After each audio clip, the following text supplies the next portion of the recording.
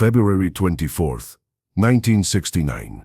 San Quentin State Prison. Johnny Cash faced down a riot that never made the news. The concert was supposed to last 1 hour. It lasted 4. Write in the comments, where are you listening to this story from, and what time is it right now? When prisoner Ray Dalton stood up in the middle of Folsom Prison Blues, holding something metallic in his trembling hands, every guard in that room tensed. Cash saw it too.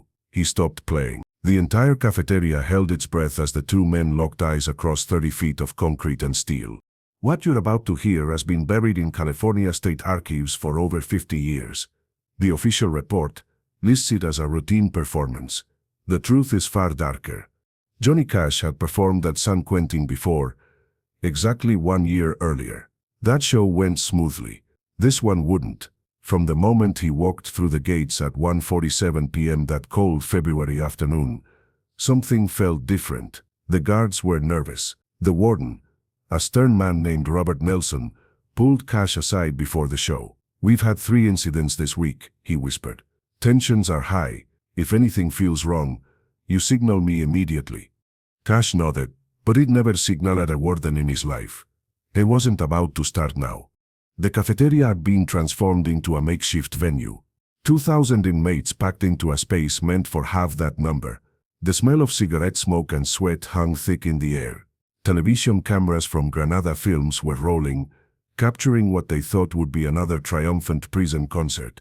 They had no idea what they were about to witness. June Carter stood in the wings, her hands clasped in prayer. She'd begged Johnny not to do this show. Something in her bones told her this was different, but Cash was stubborn. "These men need music more than anyone," he told her that morning. "I'm not abandoning them." But here's what nobody knew. Ray Dalton wasn't supposed to be in that audience. Stop. Listen carefully to what I'm about to tell you, because this changes everything.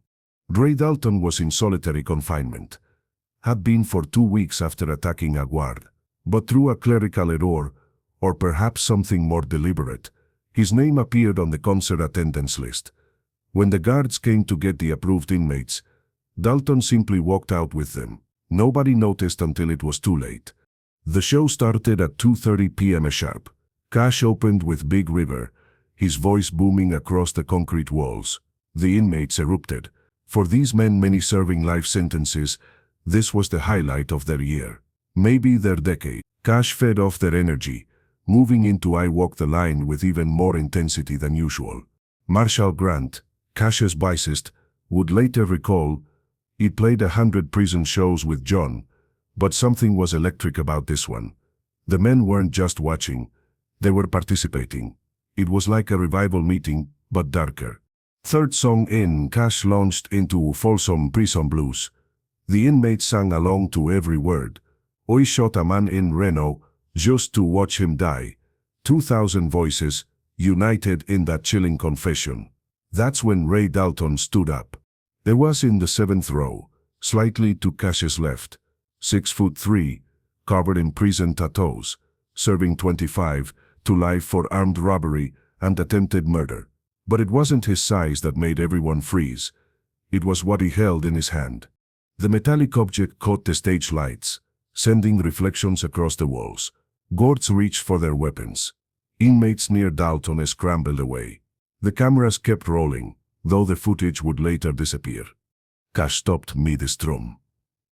The last note hung in the air like a question mark. "Johnny Cash," Dalton called out, his voice cutting through the sudden silence. "I got something to say." Warden Nelson stood up from his seat in the back. He made a subtle hand gesture to the guards. "Hold position, but be ready." The tension was so thick you could taste it. 2,000 men held their breath, waiting to see if this would explode into violence. But Cash did something nobody expected. He set down his guitar. "Say it then," Cash replied, his voice steady but cautious. Dalton raised the metallic object higher. Now everyone could see it clearly. A harmonica. A simple prison sweat harmonica. But in Dalton's shaking hands, it might as well have been a weapon. "My boy," Dalton's voice cracked. "My boy Billy loved your music. Played your records every damn day before I got locked up. He wanted to be a singer, just like you. The room remained frozen. Nobody knew where this was going. Billy died last month. Dalton continued. Car accident. He was 17. He couldn't go to the funeral, couldn't say goodbye, but before he died, he sent me this. He held up the harmonica, said maybe someday I could play it with Johnny Cash. Wait, what happened next is why the story was buried for so long. Cash looked at the warden. Nelson was shaking his head. A clear no. Regulations were strict. No inmate interaction with performers. The insurance alone would be a nightmare.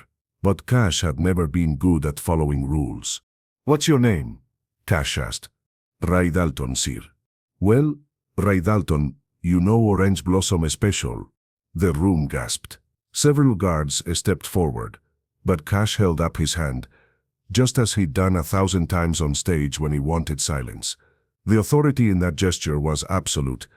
He might know it, Dalton replied, his voice stronger now.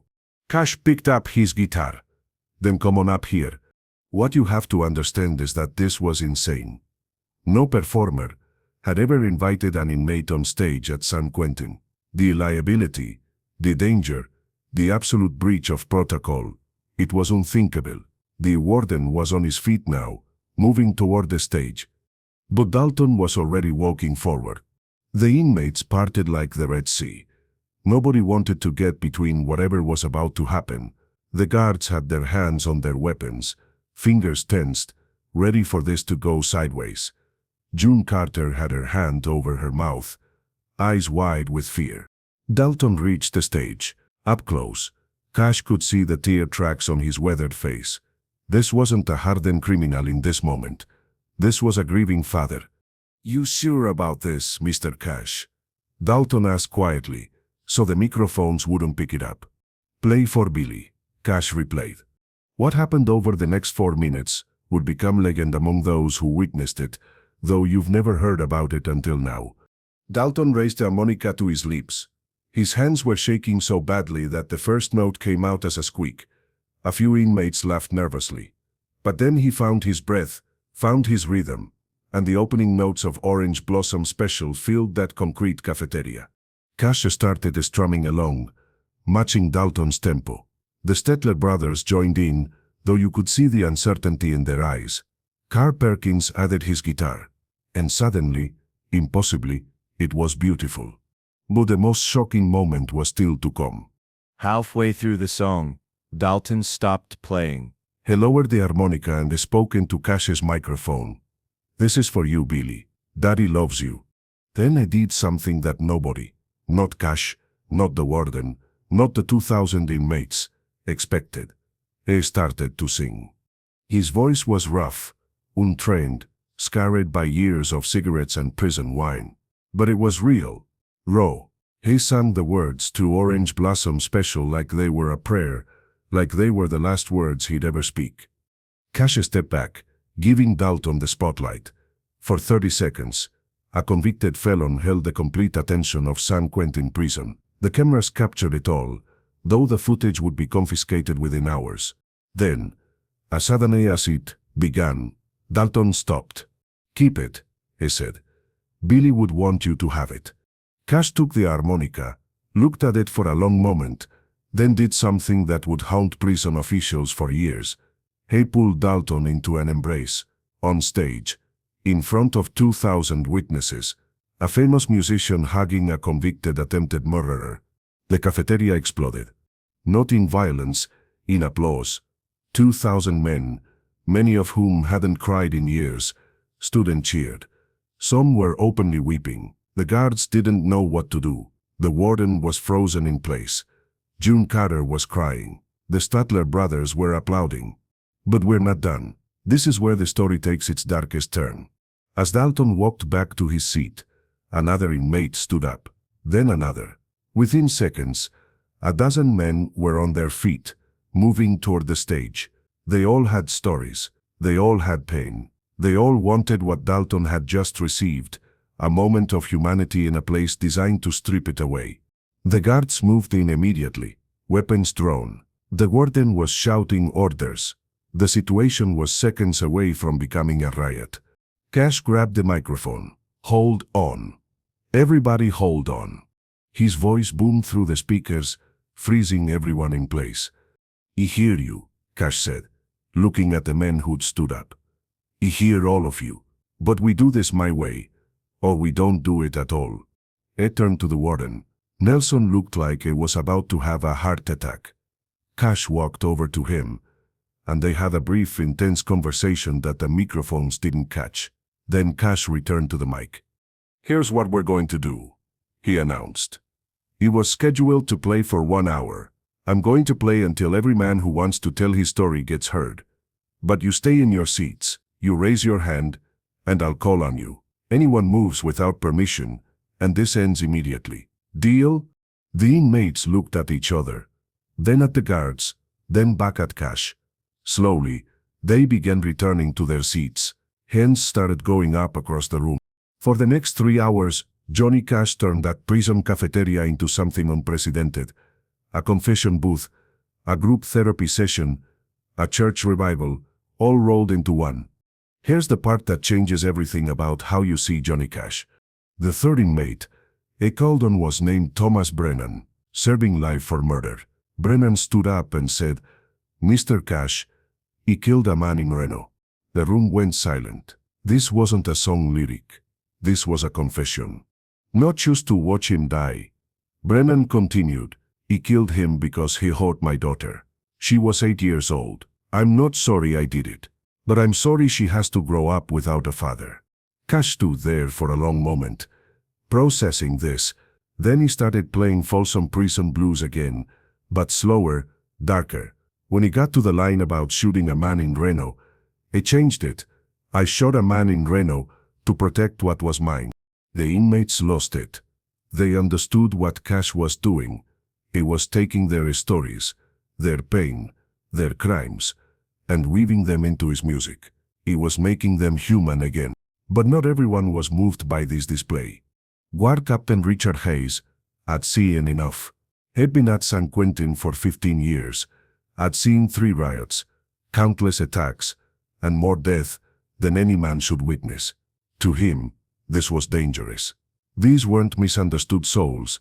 They were killers, rapists, thieves, and Cash was treating them like a congregation. Hayes moved toward the stage, his hand on his baton. He was going to end this, warden's permission or not. That's when inmate number 47289 stood up. "Stop. This detail is crucial." Inmate 47289 was Marcus the priest, Coleman. He ran the Christian fellowship in the prison, but everyone knew his past. He'd killed 3 people in a drug deal gone bad. He'd found God in prison, or so he claimed. But he still commanded respect from both the religious inmates and the gang members. "Captain Hayes," Coleman called out. "With all due respect, sir, let the man sing." Hayes turned, his face red with anger. "Sit down, Coleman." "Can't do that, sir," Coleman replied. "See, we get visitors maybe once a month, if we're lucky. We get letters that are read by guards before we see them. We get told when to eat, when to sleep, when to breathe. But right now, Johnny Cash is treating us like human beings, and if you try to stop that, sir, you're going to have a problem." It wasn't a threat. Not exactly, but 2,000 inmates were now looking at Captain Hayes, and the message was clear: don't interfere. Hayes looked at the warden. Nelson was sweating profusely. He weighed his options: try to shut this down and risk a riot, or let it continue and deal with the consequences later. "Continue, Mr. Cash," the warden said finally. For the next hour, more stories poured out. An inmate named James talked about missing his son's first steps. Another named Carlos sang a Mexican folk song his grandmother taught him before she died. A young kid, couldn't have been more than 20, stood up and said he couldn't read or write, but Cash's music was the only thing that made him feel like he had a soul worth saving. Cash played for all of them. He modified lyrics, created new verses on the spot, turned their confessions into music. June Carter joined him for several songs, her sweet voice providing a counterpoint to the darkness. The Stettler brothers harmonized. Carl Perkins made his guitar weep. But then came the moment that would haunt Johnny Cash for the rest of his life. An older inmate in the back raised his hand. Cash called on him. The man stood slowly, using a cane for support. He was maybe 60, gray-haired, with the kind of face that had seen too much. "Mr. Cash," he said, his voice barely audible. "My name is William Morrison. I've been here since 1941. 28 years. The room fell silent in respect for that kind of time. "I got 1 year left on my sentence," Morrison continued. "1 year until I'm free. But I got cancer. Doc says I got maybe 6 months." The weight of that statement hung in the air like a death sentence, which it was. "I ain't asking for pity," Morrison said. "I done what I done, and I paid for it. But I got a request, if you'll hear it." Cash nodded. "I want to hear Amazing Grace," Morrison said. "But I want to hear it true, not cleaned up, not pretty. I want to hear it like it was written by a man who traded slaves and found God anyway. I want to hear it like redemption actually costs something. This is where you need to pay attention, because this moment is why the footage was destroyed." Cash looked at Morrison for a long moment. Then he set down his guitar. He walked to the edge of the stage, no microphone, no amplification, and began to sing Amazing Grace a cappella. But he didn't sing it like you've heard it. He sang it like a confession. His voice cracked on "A wretch like me." He almost whispered "was blind, but now I see." It wasn't beautiful. It was broken. It was exactly what Morrison had asked for. One by one, the inmates began to join in, not in harmony, in discord. 2,000 broken voices, singing a hymn about grace they weren't sure they deserved. The guards stood frozen. The cameras rolled. June Carter was sobbing. The warden had his head in his hands. When they finished, the silence was absolute. Morrison sat down slowly. "Thank you, Mr. Cash. I can die now." It would pass away 4 months later. His last words, according to his cellmate, were lyrics from that performance. But the afternoon wasn't over. The darkest moment was yet to come. As Cash was preparing to close the show, a young inmate near the front started shouting, "It's all lies. All of it. You come in here, pretend to care, then you leave and we rot. You're no different than the rest." Security moved immediately, but Cash waved them off. "What's your name, son?" "David Chen." "And I your son." Chen was 23, serving 15 years for possession with intent to distribute. He'd been in San Quentin for 2 years and had become increasingly radical, increasingly angry. "You're right," Cash said. "I do leave. You do stay. I can't change that." "Then why are you here?" Chen demanded. "To make yourself feel better. To sell more records." The room tensed. This was the question nobody asked, but everyone thought. Even Cash's band looked uncomfortable. Wait. Here's where Johnny Cash proved why he was different from every other celebrity who played prison shows. "I'm here," Cash said slowly, "because I've been you. Different cage, maybe. Pills instead of cells. Whiskey instead of walls. But I've been trapped.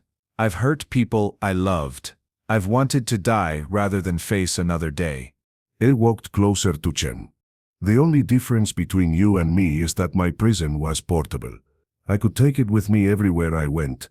And in some ways, that was worse, because everyone expected me to be free, but I was chained to something I couldn't escape." Chen was crying now. Tough. Angry. David Chen was crying.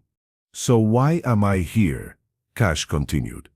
"Because music was the only thing that kept me alive when I wanted to die, and if it can do that for me, maybe it can do that for you. Not fix you, not save you, just keep you alive one more day. Sometimes that's all we get. One more day." What happened next has never been reported until now. David Chen started walking toward the stage. The guards moved to intercept him, but Cash held up his hand again. Chen reached the stage, looked up at Cash, and said something that the microphones didn't catch. Cash nodded, then reached down and pulled Chen up onto the stage. "This young man wants to say something," Cash announced. Chen took the microphone with shaking hands. Chained to kill myself last week. Chained to hang myself in my cell. Ward found me, kept me down. He pulled down his collar, revealing rope burns on his neck. "I didn't want to come to this show. They made me. But Mr. Cash, what you said about one more day, I couldn't finish." He handed the microphone back and started to step down, but Cash grabbed his arm. "Stay," Cash said. "Stay up here with us." For the last song of that legendary performance, David Chen stood on stage with Johnny Cash, June Carter, the Stetler brothers, and Carl Perkins. They performed "Will the Circle Be Unbroken?" 2,000 inmates sang along. Guards sang along. Even Warden Nelson, who had spent the afternoon in various states of panic, mouthed the words. But here's the detail that changes everything. As the song ended and the performers were leaving the stage, Ray Dalton, remember him, the one who started all this, stood up again. This time, he wasn't alone. Every inmate in that cafeteria stood with him, in complete silence. No applause, no cheering. They just stood. It wasn't a standing ovation. It was something else. Something else. Something deeper. It was 2,000 men saying without words, "You saw us. You actually saw us." Cash stopped at the edge of the stage, turned back, and faced them. He placed his hand over his heart, then extended it toward them. A gesture of giving his heart to them. Then he walked off. The cameras were still rolling, capturing this unprecedented moment. Within 2 hours, prison officials would confiscate all footage. The official report would describe it as a routine performance with minor disruptions. Granada Films would be told their footage was damaged and unusable. But the truth lived on in the men who were there. Here's what the official records won't tell you about the aftermath. David Chen served his full sentence and became a counselor for at-risk youth in Oakland. He credited that moment on stage with Cash as the turning point that saved his life. Ray Dalton was found dead in his cell 3 months later. Natural causes, the report said. But his cellmate swore that Dalton died peaceful, holding that picture of his son Billy and humming Orange Blossom Special. The harmonica Dalton gave it to Cash. Cash carried it with him for the rest of his life. It was in his pocket when he died in 2003. June made sure it was buried with him. Warden Nelson retired 6 months after the concert. In his private papers discovered after his death, he wrote, "In 30 years of corrections, I never saw anything like that afternoon." Cash did something we'd been trying to do for decades. He made those men remember they were human. Captain Hayes, the guard who tried to stop the performance, requested a transfer the next week. Years later, his son would reveal that Hayes kept a secret.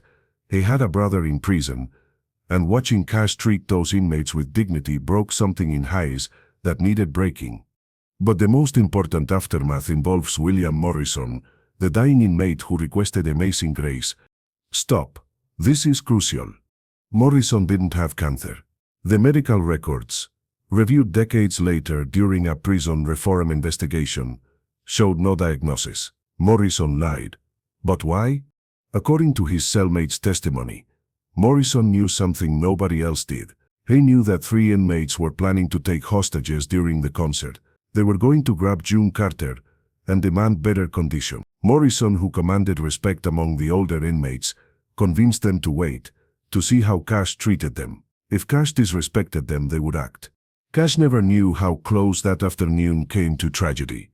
Morrison took that secret to his grave, dying 2 years later. Not from cancer, but from a heart attack while reading a Bible that Cash had sent him. The concert footage remained hidden until 2019, when a former Granada Films employee discovered partial reels in a storage facility. The film was damaged, but several minutes survived. What those fragments show is extraordinary. Cash embracing Dalton, Chen on stage crying, 2,000 inmates standing in silent salute. The California Department of Corrections tried to block the footage's release, claiming it could compromise security protocols. But Chen, now in his 70s, sweat for its release. He won. You can find 11 minutes of that footage in the Library of Congress archives, file under historical prison performances.